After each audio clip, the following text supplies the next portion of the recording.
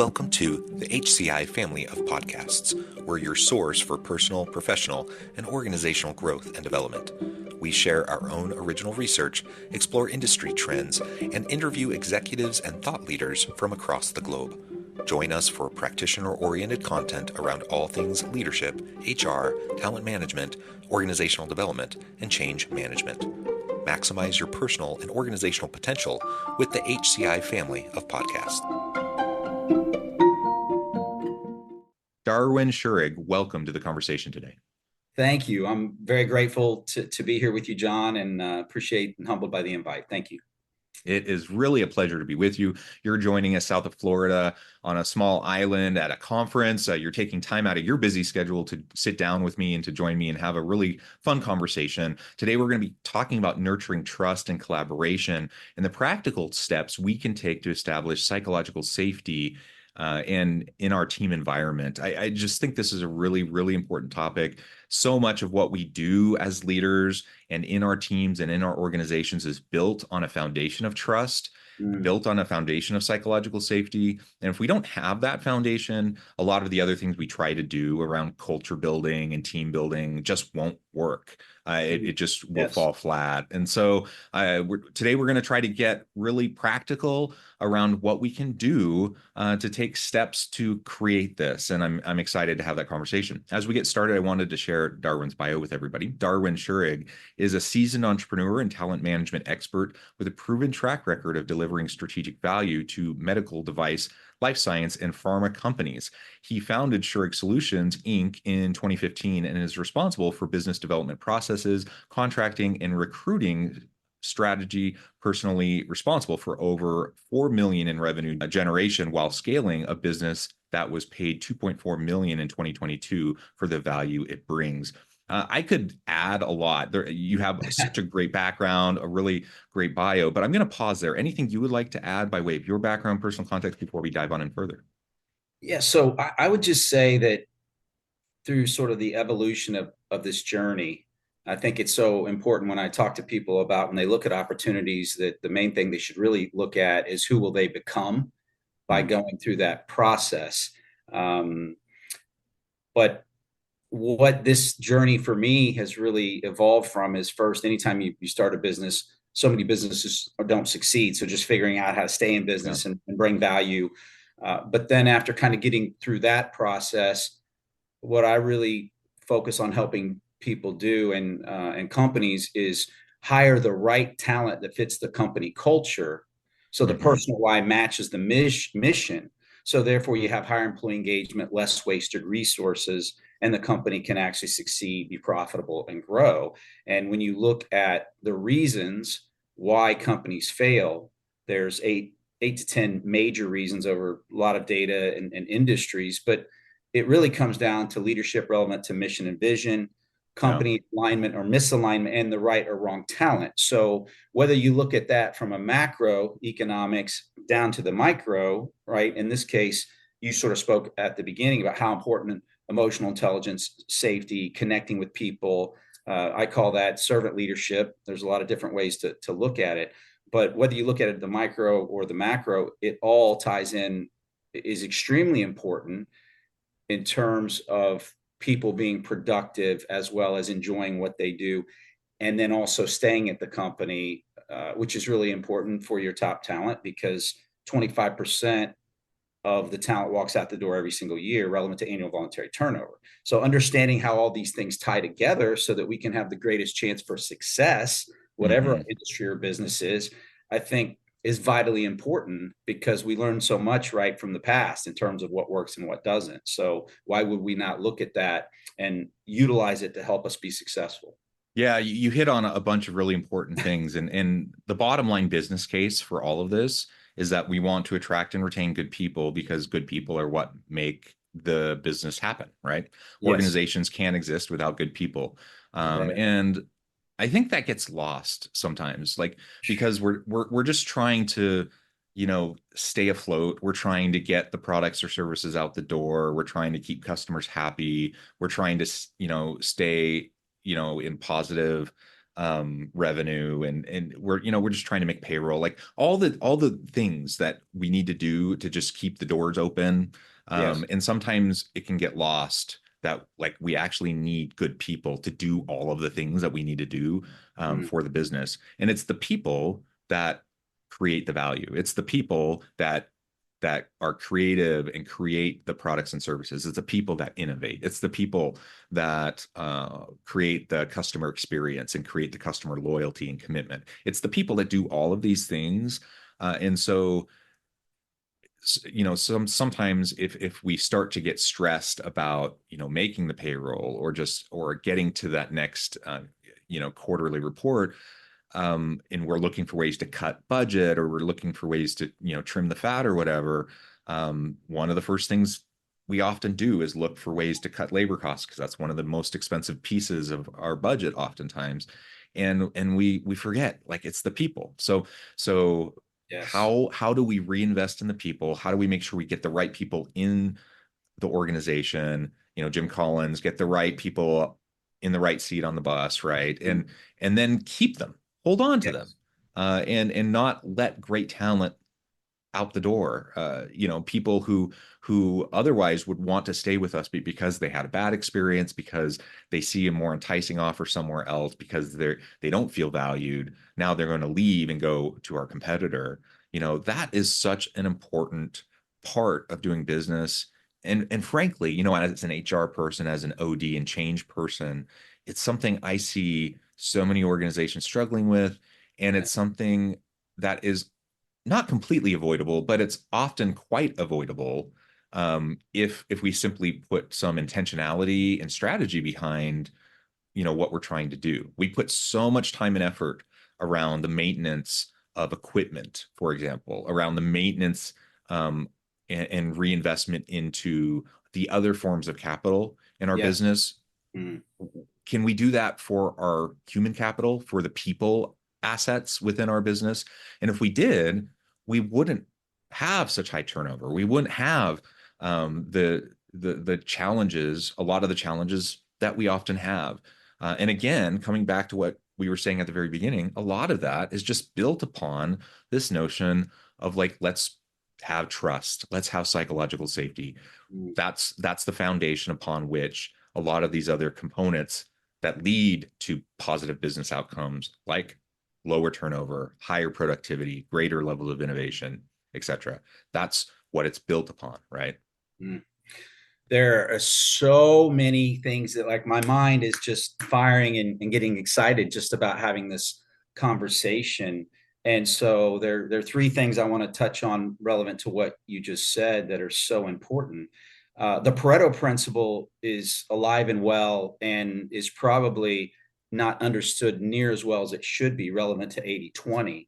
Mm-hmm. And as a adjunct to that, McKinsey and Company's State of the Organization report from 2023, Mm-hmm.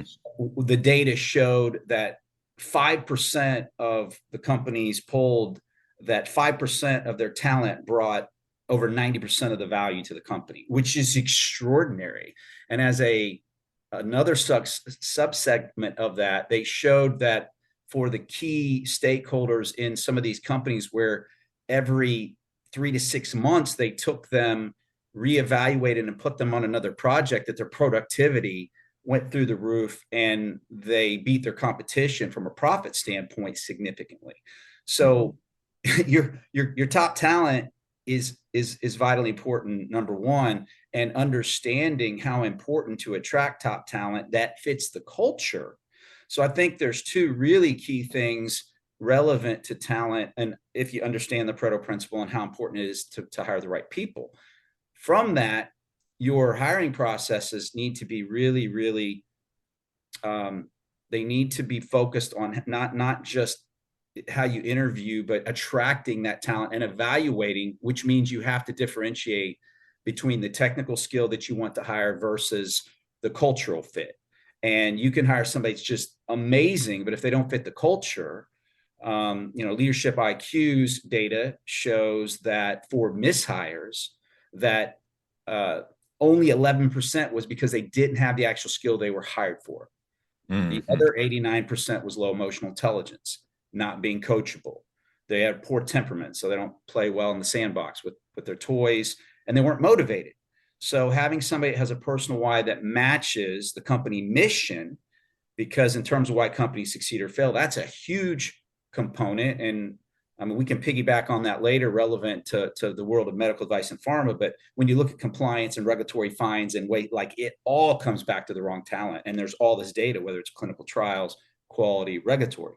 So how you determine who you bring in, and then having career ladders so that you nurture the people and provide mentorship, provide opportunity for growth. It's not just about the bottom line, because if you focus on bringing great value to your client, and in my world, that's patients and clinicians and the healthcare system, with a team that's in alignment and personal why matches the mission, focused on bringing that value, then your financials, the stakeholder will follow that. So lastly, I would say what really hit me as you were talking about investing in equipment and systems, we have, checkoffs. If we don't do these things, then we're out of compliance, then it breaks down or we get fined.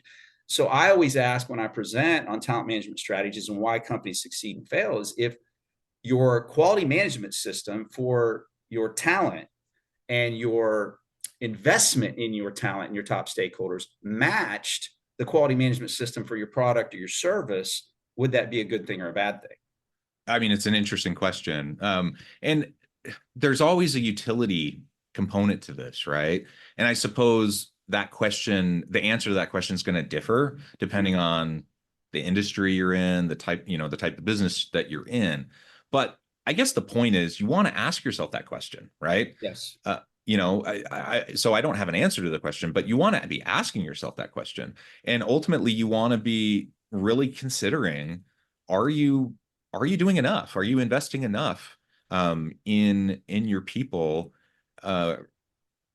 relevant, in relation to what you do for reinvestment in maintenance and compliance and such to your other types of processes, your equipment, your property, your other forms of capital. I mean, that's just a very basic question, but it's a really relevant question. And even if you think about capital, when you upgrade or when you determine, okay, we're going to write this off and depreciate it now Yeah. as a cost of doing business, but annual voluntary turnover across all industries has typically averaged around 25%. So Hmm. that means 1/4 of the company's talent is walking out the door each year. And going back to the Pareto principle and your key stakeholders that bring the most talent, oftentimes it's people you don't want to lose. If you have somebody that maybe wasn't the best hire or something's changed, they're not interested in growth, they're on a PIP, they'll stay as long as you let them. Exactly. What, It's the best people usually that are the ones out the door because they're getting better offers, they're yes. more valued somewhere else. Exactly.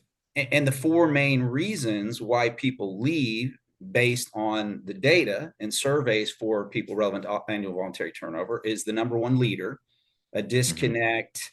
They don't feel they have a relationship there, or that person isn't respected because of the way they lead. Number two, they don't feel appreciated. Number three, they're doing work that they don't want to do, didn't expect to do for a sustained period of time. Yeah. And then lastly, because they feel it's the only way they have a chance to grow, which their career. So 70+% stated that. And so then it's, well, how important is how you structure mentorship, annual employee appreciation programs, career ladders? Is your company a company where you can only grow your career vertically, which means your manager has to leave or the company has to expand in a way that there can be growth? Or is the company more proactive from a vision standpoint that, hey, I've got an extremely talented person that fits the skills that I need, and they emotionally, their personal why matches the company, they brought value. So do they have other skills so they could grow vertically or they could grow horizontally into Yeah. another area? Because I already have somebody that fits and they probably have other skills that we could nourish, and that is most likely a better bet for the company as well as that person that you could invest in versus going out and trying to find a new person and hope that they fit the culture. And so I think companies that really understand and are willing to invest in career ladders proactively and give the ability for their top stakeholders to grow, kind of like that McKinsey study talked about, taking somebody and putting them maybe to an area they hadn't done, but they already know they can execute and they already know they care about the company's success. So I think it's a really important thing, as you said, to ask yourself and to think about in terms of investing in your talent, because if you don't invest in them, then somebody else most likely will. Yeah, and just, to talk about my own experience for a moment. I don't want to make this all about me. We've all had these experiences, right? And not that I'm the greatest, thing ever, but I'm a pretty productive, successful person. I've had a lot of successes in my career. I think I'm very Absolutely. capable. Um, but I've been there, I think many of us have, where we have felt undervalued, underappreciated, underutilized.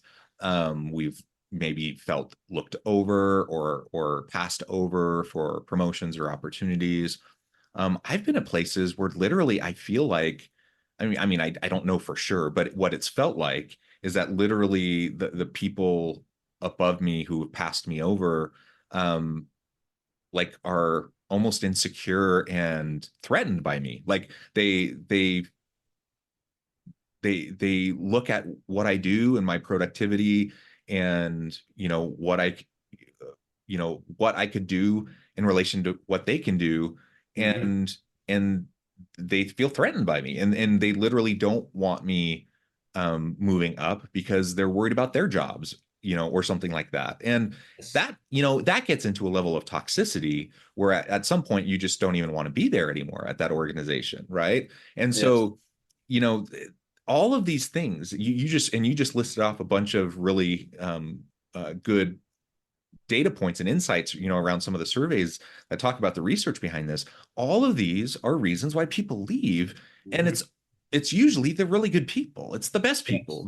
Yes. The average, folks, the people who are kind of the mid performers, or even the ones that are barely hanging on. They're the ones that'll stick around because they know they don't have a lot of prospects, and they're happy to have a paycheck. You're Mm-hmm. going to hang on to those people, but are those the people you want? Those are that other 10-20% that do very little work. And then you lose all the great people who do like the vast majority of all the work. And Yes. it's kind of insane. Um, the other aspect of it is not only do you lose, you have the voluntary turnover of the great people that you lose, who have a lot of talent, who have a lot of productivity, a lot of innovation, but there's the ripple effects too.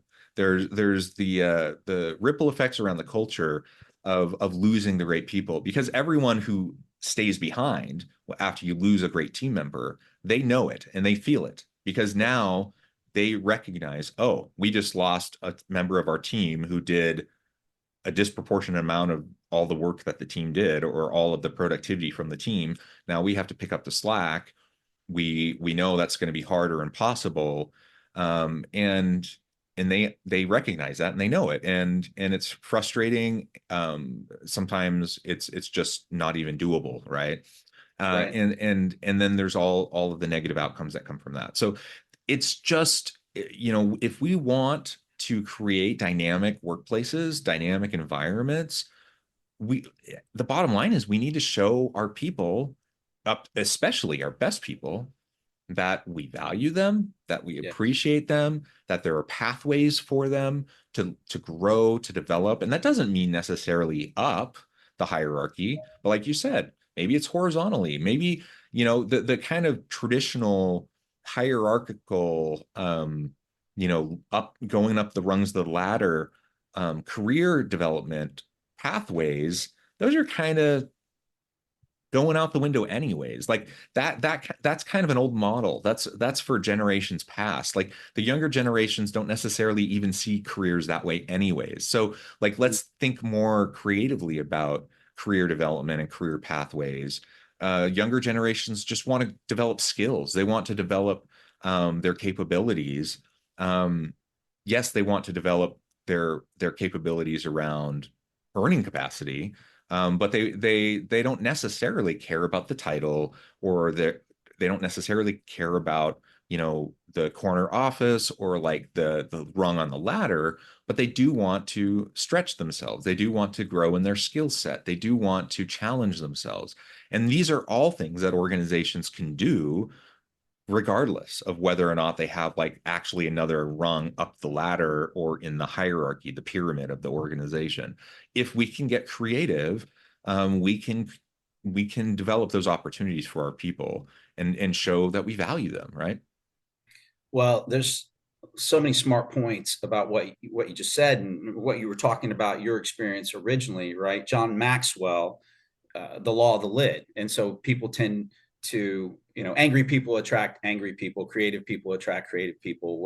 But in Mm-hmm. terms of the law of the lid, if you hire people that are a 6 out of 10 in leadership, they're going to have a real hard time attracting somebody above that level that would work for them, especially if they're not open or understanding of the principled philosophy. They're going to hire people lower, and more likely to be threatened by them, where people higher up the rung, people that are really great at certain things understand they need mentorship. Tiger Woods is a one Mm. example from when he was just killing at golfing. He's got 2-3 people looking at, I mean, he's the best in the world, and he has 2-3 people looking at his swing, every single aspect of it, Yeah. right? And so the idea of servant leadership and understanding the idea of empowerment and hiring the right talent and focusing on whatever your client, your patient outcomes, the benefits there, and then a team that is like valued for alignment to focus on that as actual people, and everybody cares about what the end results are, you're more likely to have higher employee engagement. And the idea of being you're giving them everything that you can to help them grow.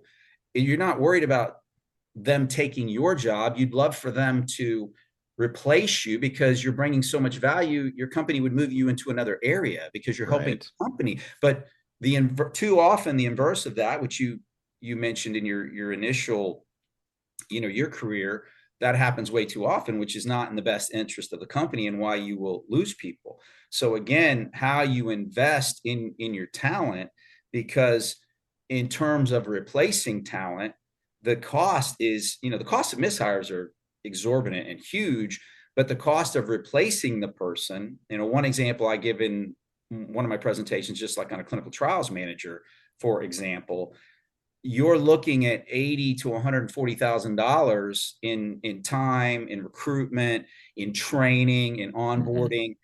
If that person is, if you have to backfill a position and it's open for 6 months, the cost is significant. Forget about the cost of the mishire. So when you get people that are the right talent and skill set, investing, because anything transactional, you're going to get transactional results.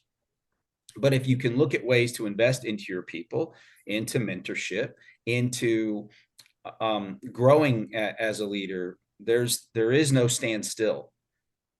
So I believe we're either growing or we're dying. If you leave the equipment and you never do anything with it for a week, it's either getting better or it's getting worse, relevant to how it works, manufacturers productivity. So in the same way, how we invest into our people, into the culture that we want proactively, is going to determine, it's going to affect our retention rates, our annual voluntary turnover, and ultimately how well we engage.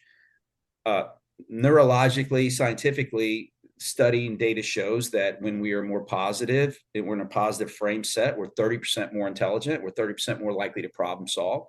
So if we have a team that is excited about what they're doing and engaged, they're going to be more likely to problem solve, and you'll have less wasted resources.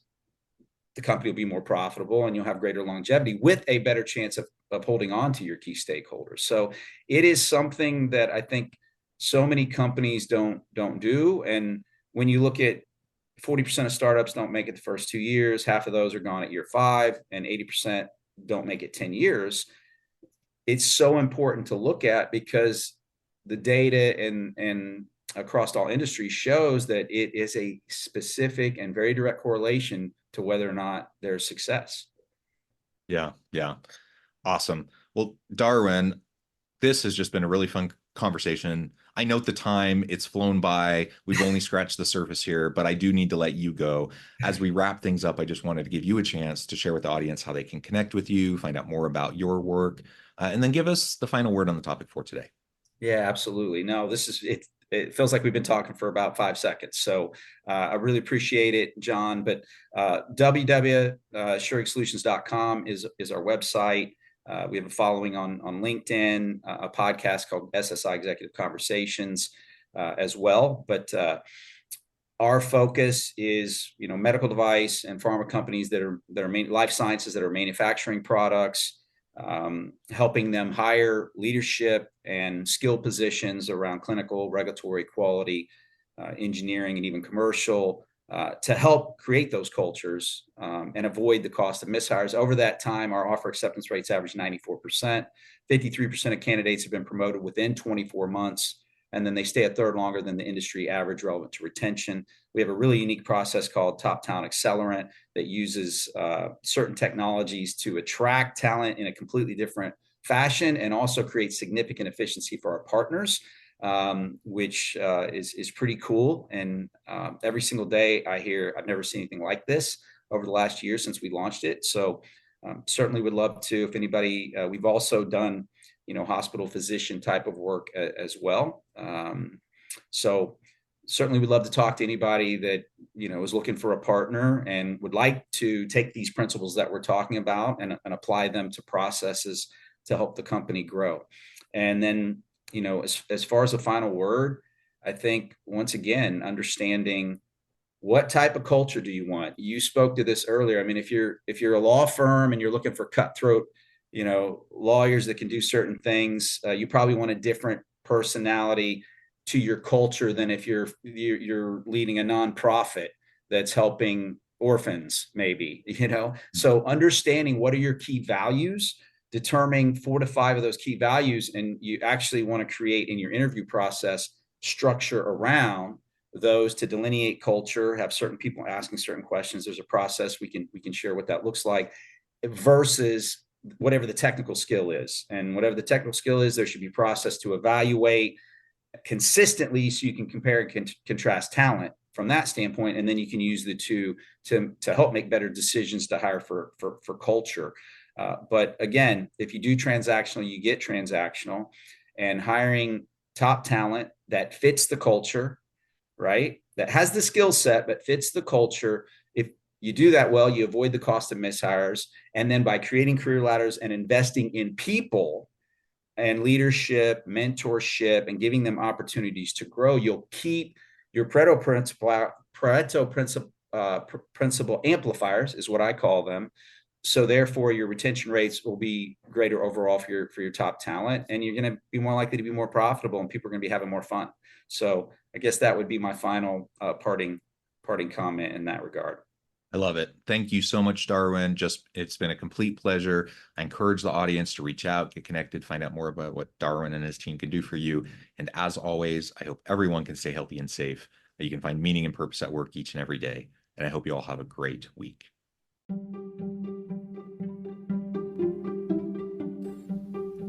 Thanks for joining us for this episode of the podcast. We hope you stay healthy and safe, and please join us again soon.